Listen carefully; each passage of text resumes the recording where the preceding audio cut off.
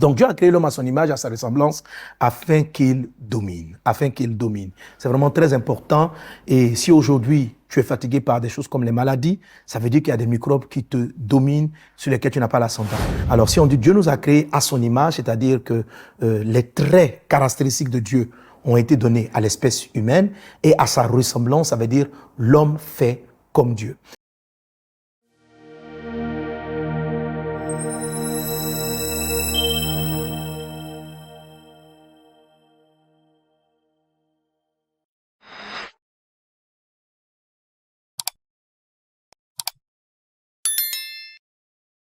Le pouvoir de domination sur tout ce qui existe sur la terre t'est donné parce que tu es image et ressemblance de Dieu. Ce qui veut dire que tout ce que tu n'arrives pas à contrôler, tout ce qui est sur la terre, qui arrive à avoir de l'ascendance sur toi, à te contrôler, à prendre le pouvoir sur ta vie, révèle qu'il y a un aspect de l'image ou de la ressemblance de Christ que tu n'as pas. Ok, il y a quelque chose qui peut manquer là-dessus. De toute façon, on se rend compte que le monde, la création, est de plus en plus rebelle à l'espèce humaine. Les calamités, les tsunamis, les tremblements de terre et tout ce que la nature, le réchauffement climatique, en fait, toutes ces choses-là sont des preuves que l'homme n'a plus vraiment l'ascendant. Les microbes ne nous respectent plus, les moustiques ne respectent pas l'homme. Voilà, ils agressent les hommes maintenant. Or, sûrement qu'ils ne pouvaient pas le faire avec Adam. On voit par exemple plus tard quelqu'un comme l'apôtre Paul qui est mordu par un serpent, mais il remit à peine la main comme ça et puis le serpent part parce que le venin même du serpent n'avait pas de pouvoir sur lui. C'est vraiment impressionnant. J'ai entendu parler de cet homme de Dieu qui est pour moi un modèle, le Sadhu Sudha Singh. Certains racontent qu'il était tellement image de Dieu, il ressemblait tellement à Christ qu'il dégageait une telle présence de Christ que même coucher les espèces animales, les tigres, les léopards venaient se coucher tranquillement parce qu'il dégageait quelque chose. Donc Dieu a créé l'homme à son image, à sa ressemblance, afin qu'il domine, C'est vraiment très important.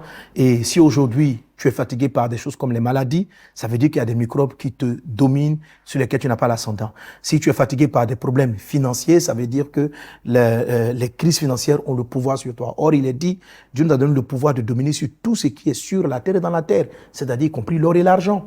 S'il y a des choses que tu n'arrives pas à contrôler, des choses qui ont l'ascendant sur toi, tout ce qui existe sur la terre. Si tu n'arrives pas à dominer les aspects de ton couple, de ta famille, de ton foyer, les choses vont dans tous les sens. Si une de ces choses a le pouvoir sur toi, c'est qu'il y a un aspect de l'image ou de la ressemblance de Christ qui n'est pas manifesté. Amen.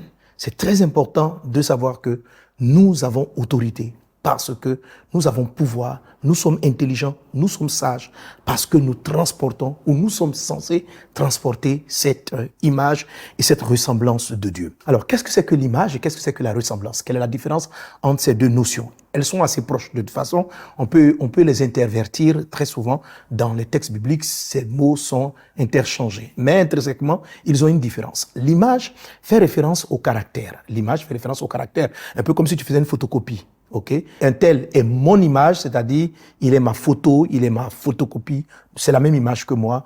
Il a mon visage, il me ressemble, il a ma face. Okay?